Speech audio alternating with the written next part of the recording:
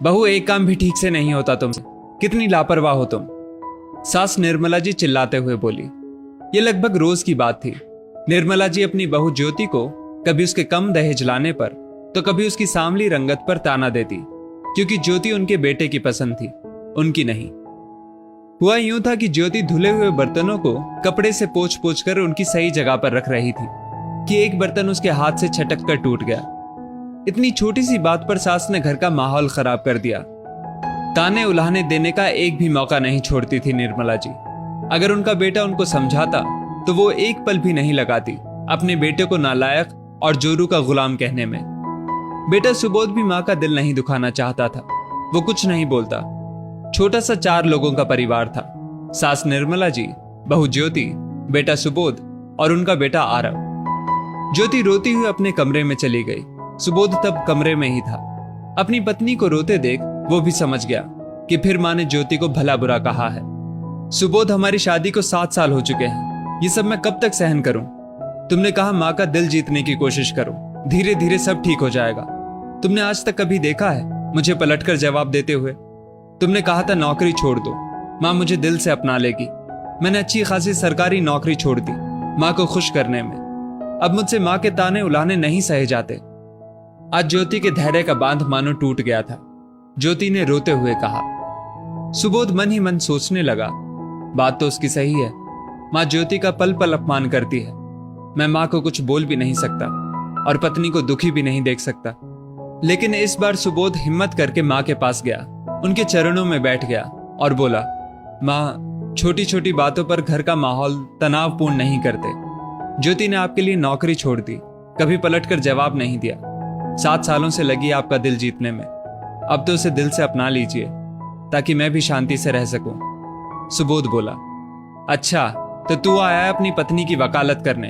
मैं ही तुझे गलत लगती हूँ? हे भगवान, ये दिन दिखाने से पहले मुझे उठा क्यों नहीं लिया? 9 महीने तुझे कोख में रखा, पाल पोस कर बड़ा किया। अब तू मुझे समझाएगा क्या सही है और क्या गलत? ऐसा कर, तू मुझे वृद्धाश्रम भेज दे ताकि तुम दोनों पति पत्नी शांति से रह सको। माँ का इस तरह का व्यवहार देखकर बेटा सुबोध तुरंत घर से बाहर चला गया।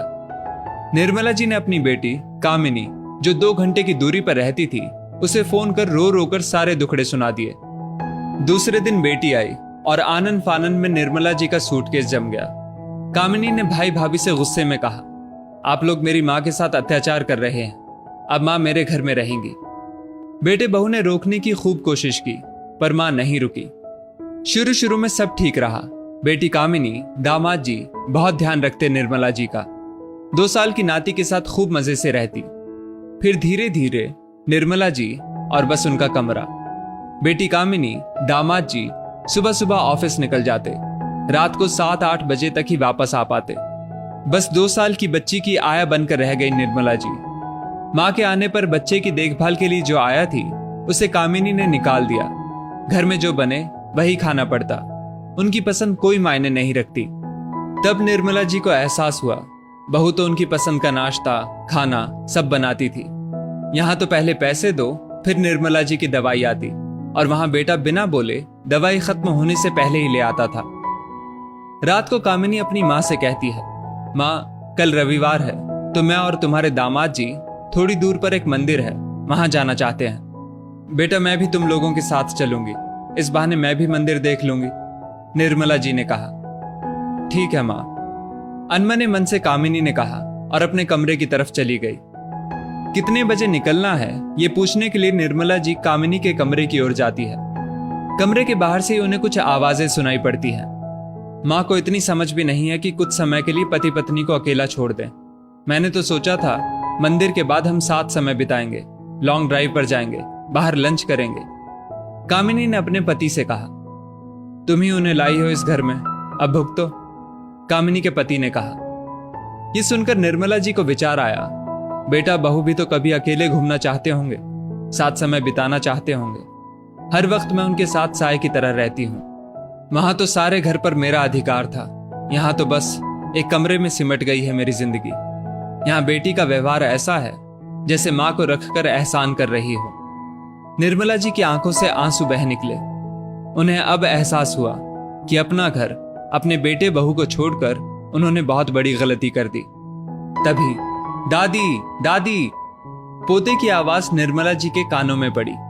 देखा तो उनके बेटे, बहू और पोता आए थे। बहू ने पैर छुए तो निर्मला जी ने उसे पहली बार गले से लगा लिया। माँ, आप अब घर चलो, आपके बिना मेरी हर खुशी अधूरी है। बेटे ने हाथ जोड़कर कहा। चलिए माँ, अपने घर, बहू बोली। आज निर्मला जी को समझ आ गया था कि अपने घर में बेटे बहू के साथ रहने में ही मान और सुख है। दोस्तों, इस स्टोरी को लेकर आपकी क्या राय है, नीचे कमेंट करके जरूर बताइएगा। और ऐसी और भी बेहतरीन वीडियोस के लिए हमारा पेज जरूर फॉलो करें। धन्यवाद।